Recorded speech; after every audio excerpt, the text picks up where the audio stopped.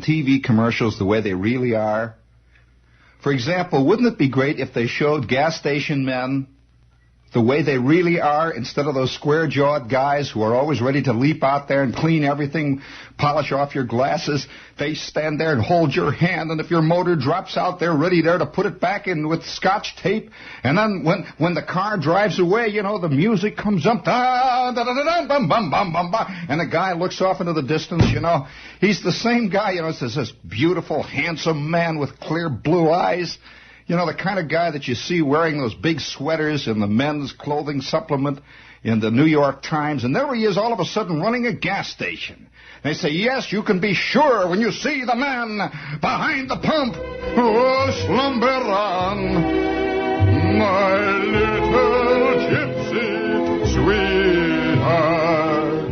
La da da da, la da da. All right there, gang. You just keep that there in abeyance there, because we're going to have to use that in case of emergency. Because, you see, I had a little experience, Walt. Saturday night, I go into one of these famous stations, you know, that always advertises its magnificent, ever-ready service, 24 hours, night and day. You come into that man there, you know, when you see the right emblem. So I say, well, there's the right emblem. I got a flat, see? So I go in there, and this little character wearing a hood and with his nose running, you know, he comes out, and I say, I'd like to have a flat tire fixed. Yeah, there's a brief pause, and he says, hey, you putting me on, Mac? I said, no, I want a flat tire fixed. And there's a long pause, and he says, go fix your own tire. What do you think I am, Dad? For crying out loud. Oh, yeah, service with a smile, right, George? Well, then I could see the rest of the crew standing around all stubble bedecked, spitting and hawking away there, chewing tobacco and drinking cokes. So I go into the station itself, you know, and it has the outside looks very jazzy, and just like the TV commercials. I get inside there, and they're playing craps. So as I get inside, I say, fellows, I've got a flat tire. That's right. A large, heavy-set man wearing a hat sideways on his head. He'd been drinking heavily. Looks up to me and says, what do you want us to do, cry? So I turned on my heel and headed for the next one. Oh, slumber on, oh, my little gypsy sweetheart. La da da da da da, la da da da. All together now, gang. La da da, la da da da. I wish I knew the words to that atrocity. I'd sing that. Boy, would that bug Mr. Leader. Man, do you think he got mad when I sang the Buick song? Oh, boy. Yeah, as a matter of fact, that was a nice time there. But, you know, speaking of this, wouldn't it be great if they really showed beer parties the way they really are, instead of all these clean-looking limbed youth types running around saying, all right, here we go, it's Valentine, lumber on, oh, little gypsy sweetheart. Why? Can't you just see this commercial opening up, and it's dark and stodgy, and, you know, it's real, sort of, you know, you can just feel that rotten feeling of a lot of headaches all going on at once. And then as in the darkness, you see, the guy, there's no voices. You know, I've got an idea for a real great beer commercial. In the darkness, the camera slowly opens up. It's a 58-second commercial, you know, in between extra points in the football game or something. And the announcer says, now the score stands at 17-5 in favor of the New York Giants. And now we'll be back in just a moment. And then out it comes. It's dark, you see. And the announcer says, we are now looking in on a factual beer party that was celebrated last night with Whoopee beer. And it's a long, dark shot. And all of a sudden you hear a guy in the background go, and somebody says, well, will you help him to the door for crying out all over the street? Hey! Real commercials, you know, the stuff really moves. And Yeah, and then can you imagine? Have you noticed how these people? Well, here's another typical commercial: the automobile commercial. You've noticed that almost in every instance there is a clean-limbed young man sitting next to a magnificent chick. And they are driving what appears to be on an endless, magnificent highway that is tree-lined forever and ever and ever and ever and ever and ever and ever. Well, do I have to tell you what it's like really, fellas? Huh? Any of you guys? No, I don't, do I? No, I don't. And then how have you seen these people that are going into their friendly bank for that friendly instant loan? Oh, boy. Have you tried to cash even your own paycheck at one of these friendly banks? You got a friend, all right. I'll tell you. I'm wondering what kind of a dream world we live in the commercials. Now, what really interests me is the people sitting out there watching these. All of them drive cars. And most of them anyway, and most of them have tried to get a carburetor fixed at 3 o'clock in the morning. And when one of these friends, what would they do? What is it? How do they make any relationship between what they see on the screen and what's out there in the world? I guess not. It's like a movie, you know. It's like some kind of a movie, you know. Have you ever noticed a more jovial set of plumbers, all played by out-of-work Broadway comic character actors? Those plumbers you see, those guys. Have you ever noticed those old duffers that come around and tell you about using Ajax and stuff? This gets rid of the deep stains. You don't need a plumber, madam. Get rid of the deep. Yeah. How long has it been since you had a friendly plumber in your house, you know? Yeah. I know. And yet we sit there and we watch these things, and somehow they make sense. And you know that lady in that the Mr. Clean commercial? Did you ever see a more filthy house? What is she doing on that floor? Did you ever see anything like that? What a bunch of pigs. She doesn't need Mr. Clean. She needs a flamethrower. That is really disgusting. I'm telling you. And, and you know, it goes on and on and on. I'm curious about that. Of course, the relationship between reality and what we live in is always interesting. With this business with the flat tire, is just one other time. I remember Friendly. You know, I'll never forget the time I go into this Friendly gas station. See, it's one of these ones that advertises as fantastic friendly people. Well, so I go in there, see, and they've got an automatic pump. You know, the kind they just stick it into your gas tank and let it go, and it's supposed to turn off. So I go in there, and he sticks the thing into the gas tank. Ding, ding, ding, it's going.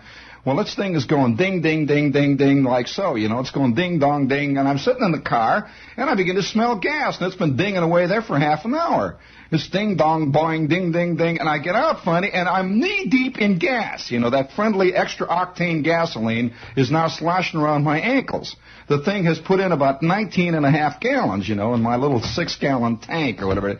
And it's still dinging away, and the gas is squirting out the back. So I run into the gas station. Hey, Matt! Hey! Oh, hey! Well, I can't find the guy. You know, they're always under the grease rack or something, or out in the back. Hey, Matt!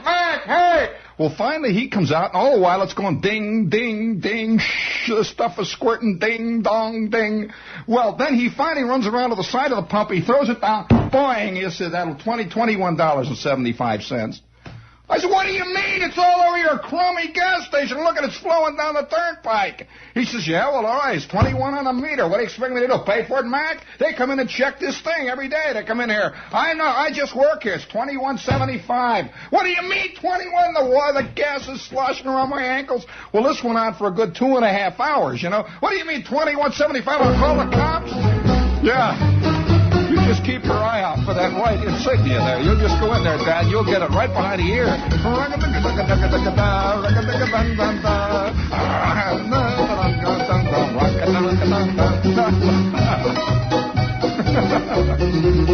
And then there was another one. I'll tell you, in another one of the gas stations I went into, the same gas station that they almost blew their gasket when I asked them to fix my tire. There was a lady sitting in a car, and, oh, boy, smoke was coming out of her ears. She was sitting in the car, and there were two guys looking into her opened hood. They were just sort of leaning.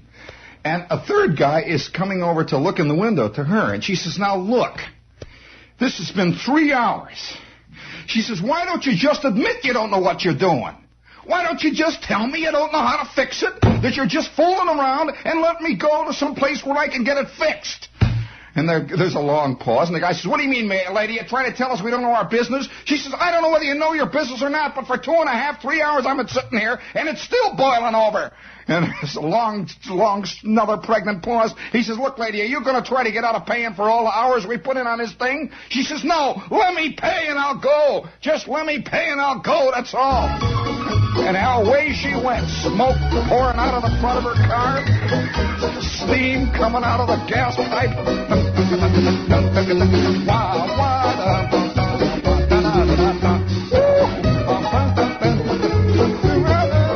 It's just a question, you know. I wonder whether we think these things or not. Oh, yes. Speaking of friendly service, this is WOR, AM and FM in New York. And, it's exciting. We'll be here. We'll be here until they blow the whistle. And they blow the whistle in this business. And we have here, speaking of whistleblowers, we have this pottery of all nations. And boy, let me tell you, if you are getting a little desperate about Christmas shopping, this is a genuine word of advice. I would like to recommend that if you are coming into New York, please remember the name Pottery of All Nations. There are 3 of them. And they literally do have pottery and cookingware and stainless steelware and all kinds of things from all over the world. And fantastic Christmas gifts at savings of an incredible nature, literally. And it is truly imported and a lot of fine stuff that you won't find anywhere else in New York City at prices you won't believe. And this is really true. You'll find 3 of them. One is on Sheridan Square. And incidentally, they just serve coffee there. You just fool around all day. And there's a sign in there that says, please handle everything. And they mean it, you know. This is Sheridan Square, Pottery of All Nations. That's on 7th Avenue South. There's one over in Paramus on Route 4. And then there's one on Lexington Avenue at 64th. And they are open Saturdays. And they're open late. So, Pottery of All Nations, man. Okay? And let's see. We have with us the Xmas Fund, if you'd like to send in a buck or two to make Mr. Leader's Christmas nicer. You send it to Box 710.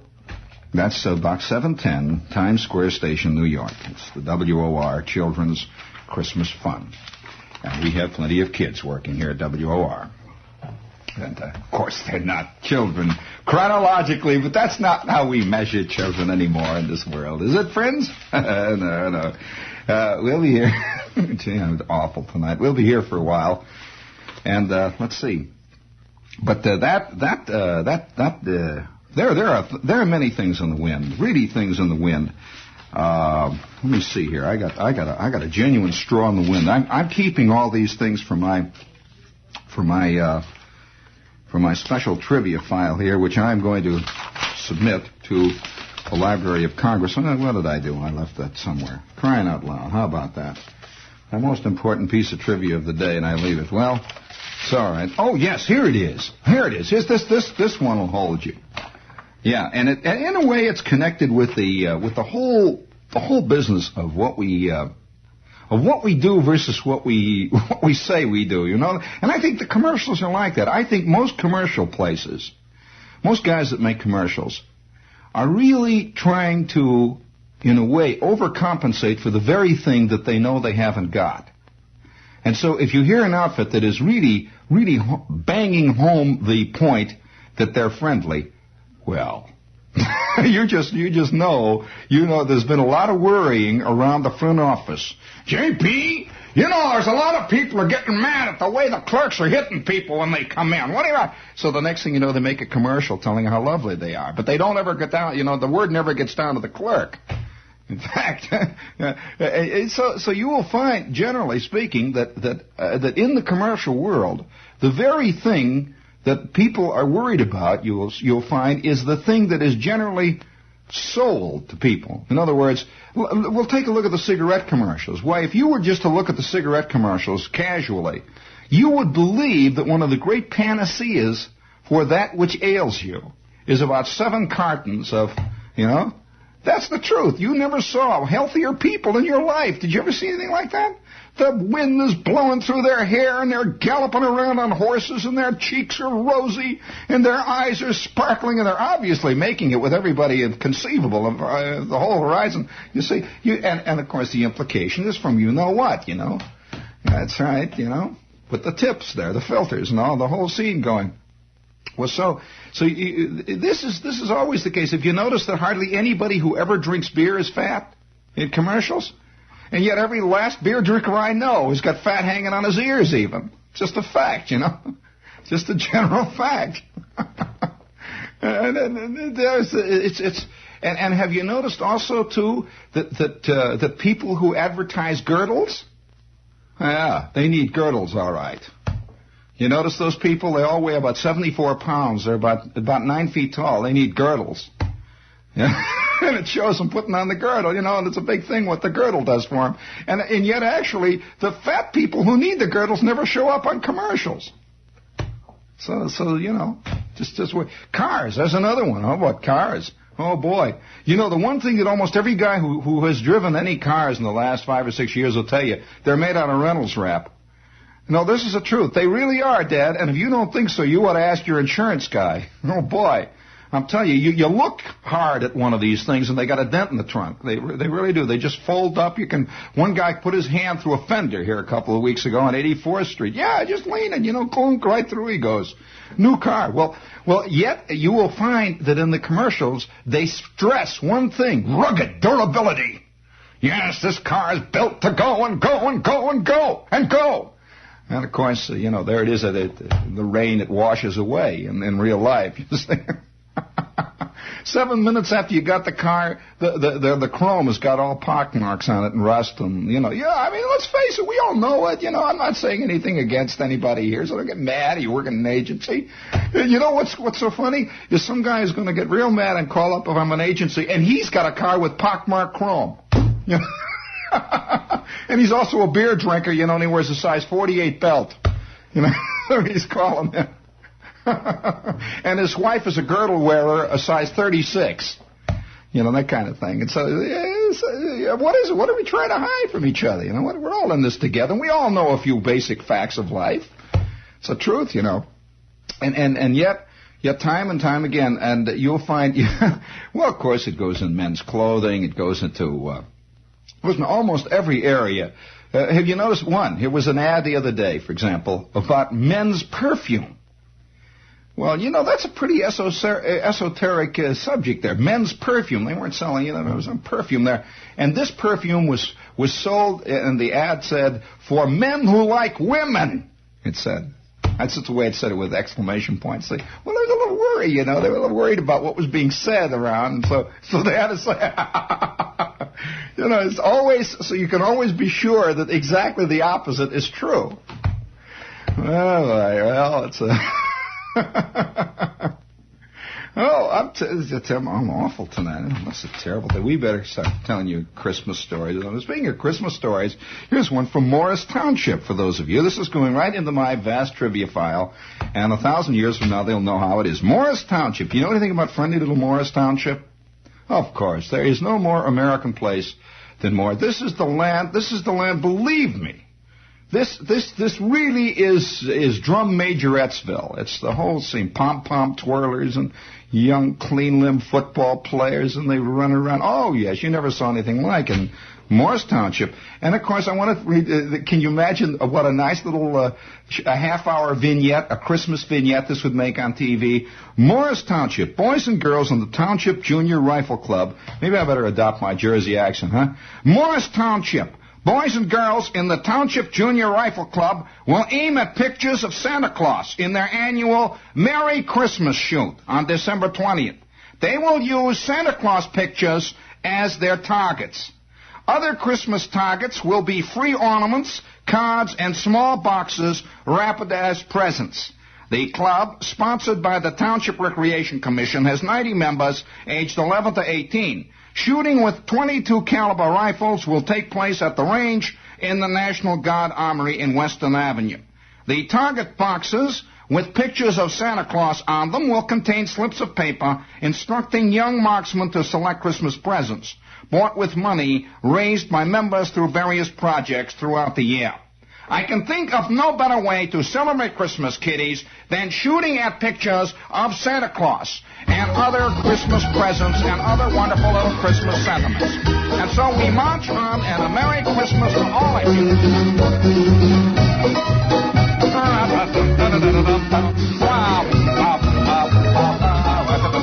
All right, there, stars and stripes forever there.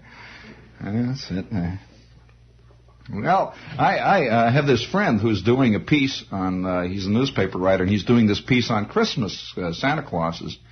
And he said that the Santa Clauses, it's so rotten being a Santa Claus these days with these tough kids that are coming around. Do you know that in the big stores here in New York now, that a Santa Claus has 1 hour of work and 3 hours off all day? He is off 3 hours for every hour he's on. And boy, do they yell, those kids. And he says, not only do they yell, the most important change that has come about, according to old veteran Santa Clausers, the old players, the big change is that now the kids don't ask for a fire truck.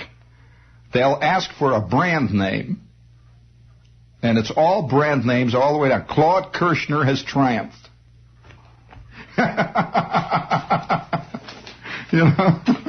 Oh, boy. I'll tell you. Yes, he did. He hit the jackpot this year. We finally proved to the industry. So, and of course, that's a little embarrassing when Santa Claus is working for a store that doesn't handle that brand. And it goes on and on and on. But then this is just the way it is. Now, do you know that one of the most interesting little things that a kid can get this year for Christmas is a teddy bear that carries a gun. Teddy bear is well armed, and if you hit it in the right place with your gun, the bear runs around and screams. Yeah, and then finally falls right over flat dead, and a little imitation blood with vitamin B12 in it pours out. Stop it, gang. Yes, we're moving along with Christmas. Oh, of course, there's a lot of things about the Christmas scene that have been moving and going forward. There's a lot of talk, of course, about the weaponry today in the Christmas world, and I think that most people are kind of missing the point. They think if they ban weapons, they will somehow ban the urge that has come about, which makes it possible to make all the kids want the weapons. I don't know. The prohibitionists tried that a few years ago, and there was a lot of lapping it up in the basement that went on. You see? I guess what'll happen. I'm not one of these people who views with alarm, however, because you can't really view it with alarm because that's the way it is. Really, it's that I have never once, and I hope nobody has misinterpreted me. I have never once said that any other time was any better than this time. All I have ever said is that we are continually evolving and changing, and in many ways getting more interesting and more outward. So even though a kid might have wanted to carry a Tommy gun to school a few years ago, now he does. That's about the only difference. And it's heading towards some interesting repercussions. You know that there's an A-bomb game that you can get. Oh yeah. Where you can practice A-bombing your friends. Sure, yeah, that's right. And, there's all kinds of... you play it with an A-bomb. You play... of course, I think that one of the great dangers of our time is the fact that we are, I'm talking about adults, I'm talking about people who produce things, by produce things, I mean guys that make toys. There are people who produce movies. There are guys who produce LPs and so on, all up and down the line, produce nightclub shows and so on, that we have begun to take real events and real situations and make them into a show business gambit, a big gimmick. I just wonder how many toy companies were stuck with all kinds of satirical games about the late President Kennedy, that were stuck with millions of those that were ready for the Xmas market. And all of them, of course, were not only satirical, but were all vaguely, most of them completely disrespectful. Completely, not only disrespectful, but in some ways reducing the presidency and the world events to the nature of something that can be played with in a 2.5-hour game with everybody on Saturday night and the beer. And, of course, this adds, then, to the great sense of unreality that people have when real events occur. So they're playing all the time A-bomb, or they're playing all the time internet. You know, there's games that are based on cornering the internet, like taking over the world. You know, literally, there are games called world domination and things of that nature. Well, I wonder what the people who play these games, what their attitude is towards real plans for world domination. Do they think they're also big gambits, big showbiz bits? I think we're the only nation ever to sell rubber masks of world leaders where you can walk around and wear a Khrushchev head if you want to. You know, this is true. I don't think you can. I wonder if you can buy those in China. You can walk around with a Lyndon Johnson head on your, rubber one, or if you can walk around with with a Mao Zedong head. Have you seen those heads? You haven't? Oh, they're a big deal, sure. So even though a lot of people are inclined to say, well, that doesn't mean anything, I disagree completely. I say that all these things are highly indicative of something, and not only highly indicative, that they're also very, they can also not only be indicative of things, they can also form things in their own right. Now, one of the big problems today is the, the old title, the old Jimmy Dean movie, Rebel Without a Cause. One of the real problems today is the liberal without a cause, or the angry man without a cause. I shouldn't even use the term liberal, just the word, the angry man without a cause. The years ago, an angry man was generally kind of left. He just kind of leaned towards the great mass. Well, today, the angry man has become sort of, he's become disenchanted with the mass. He feels he's better than the mass, and furthermore, he feels that socialism and communism has failed, pretty much. It's been discredited. And yet he can't become right. So he's stuck there, but he's still got the mind of an angry guy, you see, so he doesn't know what to do. So generally, you'll find these people will be angry about great generalities now. They'll be, say, anti-war. They'll be very angry about war, which is roughly analogous to the old days when a politician said he loved mothers. It's easy to be anti-war. It's easy to be pro-peace. Those are the easiest things to be anti and pro you can find. And so you'll hear guys, very well-meaning guys, are constantly being interviewed on radio shows and television shows, movie makers, and they'll say, "Wow, I feel that the time has come to make a really hard-hitting, truthful anti-war movie." Hard-hitting, truthful anti-war movie. Come on. I don't think you have to convince many people that war isn't good, I mean, the assumption always is made that there's large numbers of people who like it, and that's one of those great cliches, one of those great, one of those big things that hang there. But nevertheless, this is a constantly recurring theme among the producers and the people who are continually being very honest and very hard-hitting and very, very brave. It's very brave to be anti-war. So generally what's happened is that the people who have the angry frame of mind, the real angry people, is that they have begun to be angry at not the causes, because that can be very embarrassing when you start talking about the causes of war. You largely ignore that. And so they become angry at the instruments of war, which is very easy to do. It's like being angry, it's like being anti-machine gun. Anti-machine gun. Or, so as you carry it further, it's anti-bomb. As though the only reason there are wars is because we got a bomb. This is a very sophomoric attitude towards wars. Have you noticed that almost all of the anti-war movies recently have not even admitted the existence of Hitler? There have been about a dozen of them to show you that war is a terrible thing, but not one of them said that there was a Hitler around. That made it, unfortunately, imperative that the world either go to war or else the alternative was a pretty bad scene.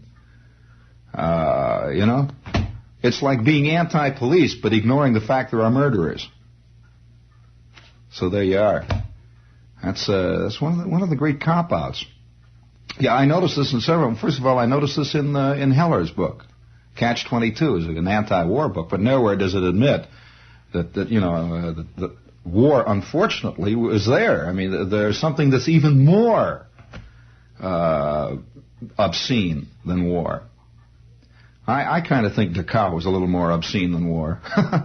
I don't know. To me, it was, at least, and that may be an old-fashioned attitude, but it seemed to me that it was. But nevertheless, this is another one of the syndromes of our time. And it takes many forms. It takes so many forms that the forms are so multitudinous that in the end the pattern is almost impossible to discern. It's like people who will become anti the president, and this was certainly evident a few months before Mr. Kennedy's tragedy, that there were many people who were anti the president because they didn't seem to like what was going on in the country.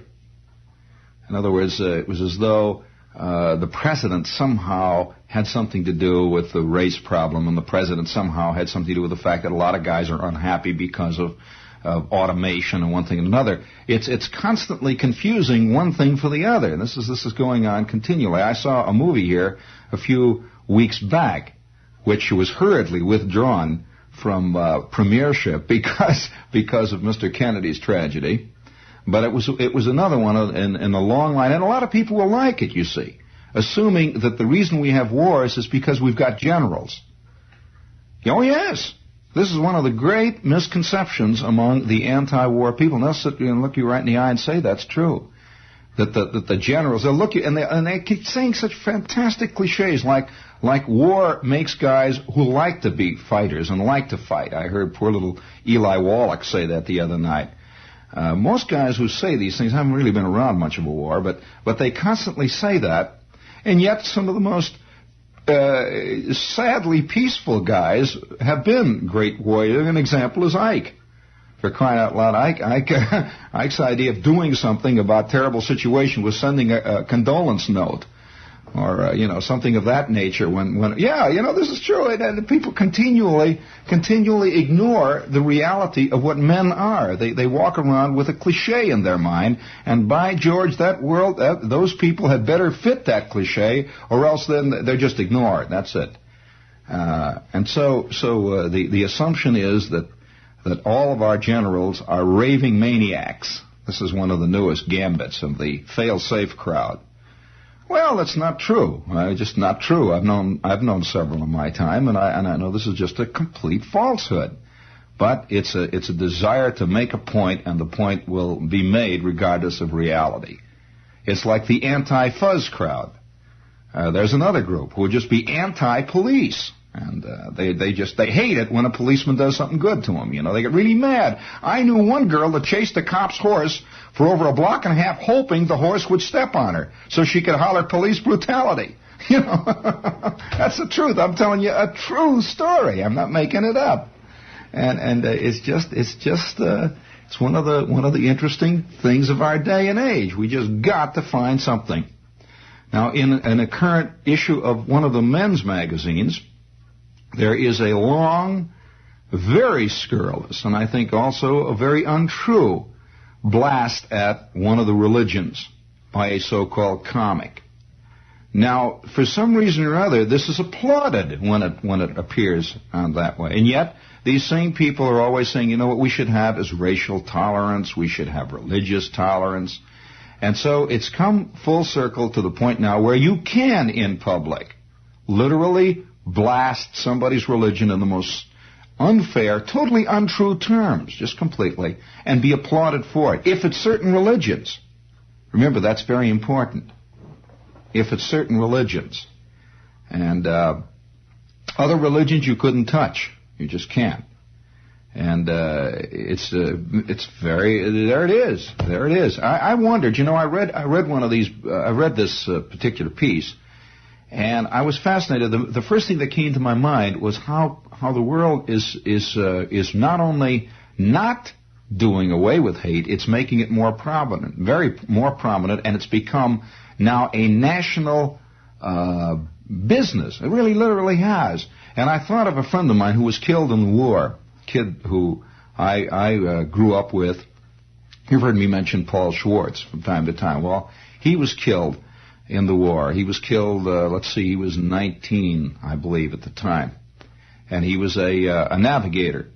And he was killed over Italy. And the first thing that hit me was, I wonder if he were to read a magazine like this now, the years after he's been killed, if somehow he could come back and read this, I wonder if he could conceivably believe that it was the same country who got very angry when other people got up and talked things, and said things about religions and one thing and other religions. It's very interesting.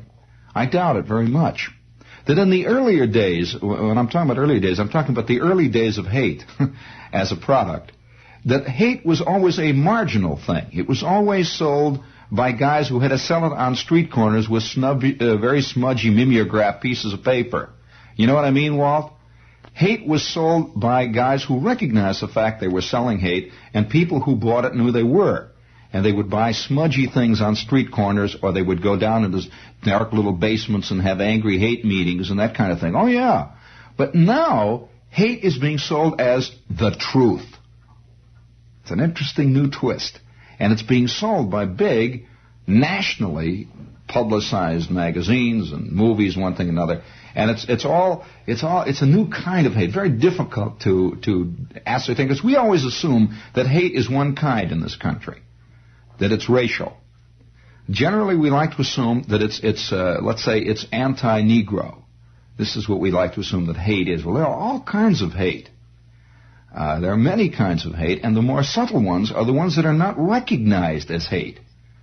They're generally applauded by the population at large at any given time that it's being done. For example, the great example of that, of course, in recent history, is during the great, and I say that very editorially, the quote, great days of the Nazis in the 30s, that to be anti-Jewish in Germany was not considered a hate at all. These guys said they were dealing with truth. It was always truth. It was always applauded by the population at large. Oh, yeah. And yet we're doing pretty much the same thing in other areas. That the real hate that is evidenced throughout the country in many ways is not the ones that we're all conscious of and fighting against. It's something else, other kinds. And those are the subtle ones, because they will grow and grow and seem to be growing even as we watch them grow. I remember about a year or so ago, before the recent tragedy, I did 2 or 3 shows on that subject of this growing violent hate that was neither right-wing nor left-wing, but another group entirely. And a lot of people got all excited and wrote in and said, well, this is alarmist stuff. And those same people, after the disaster, wrote in and said, well, maybe perhaps you might have, there might be possibly something growing here. Well, of course, we have a great tendency in this country to isolate things as though they are not part of a larger, and I'm not talking about plot at all, no, not at all, not part of a larger body of opinion or growth of something. In short, if we have a situation that occurs, say, in one block, we just say, well, that was that nut. That's all. That was that nut. Well, if we look around and we see that it's happening on all fronts. Did you hear about this kid the other day with the automobile? A couple of days ago. That's a very interesting story. Read very carefully about that story. And have you noticed the one growing thing with the new violent people is a complete detachment from it. The old like Dillinger never pretended he was anything but a killer. No, he didn't. He really didn't. Now, I'm not saying that Dillinger was more honest, but he did. He came out of another time, and when Dillinger robbed the bank, he just robbed the bank, and that was the end of it. But today, the man who performs a violent deed will often absolutely go to his, he will go to his dying day denying he did it. Just, he had nothing to do with it. And that's the end of it. And of course, he knows that large numbers of people then will side with him. It's an interesting problem. Because we do have a feeling today that it is impossible to be a criminal. That the people who transgress are invariably victims rather than aggressors. It's a fascinating new psychology. In short, you will find far more television shows that tell you to understand the murderer and hardly any shows that talk about weeping a few tears for the murdered. It's a new it's a new kind of worship of violence. It's a kind of sympathizing with violence that I'm talking about here. It's again, and I'm not arguing one way or the other regarding the psychoanalytical problems regarding the murderer. It's an unfortunate fact that they are here. But then on the other hand, so are people who are not murderers. And it's a question of which one is going to get hurt, really, in the end. This is WOR Radio, your station for news.